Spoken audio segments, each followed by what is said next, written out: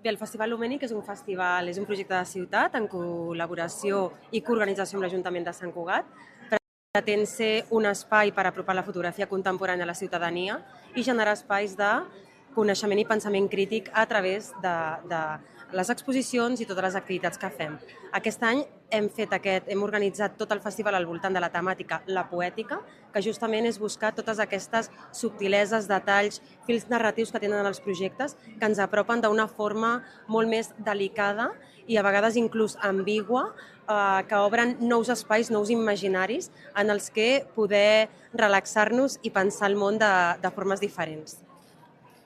A la dels artistes hi ha un conglomerat d'accions, no? Per exemple, la convocatòria lliure que tenim gratuïta de Lumènic ens obre portes d'artistes coneguts, emergents, de projectes potser que són molt rellevants i que tenen molt interès en la poètica. Per exemple, Yaiza Hernández, nosaltres no la coneixíem i té un treball molt adient per aquesta edició i per això l'hem escollit. No?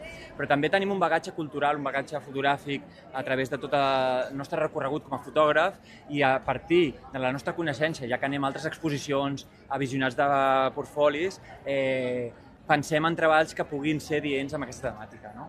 Després també, òbviament, tenim els arxius que col·laboren amb nosaltres on els enviem la temàtica i a partir d'aquí ells comencen a treballar un comissariat independentment adherint-se a la temàtica.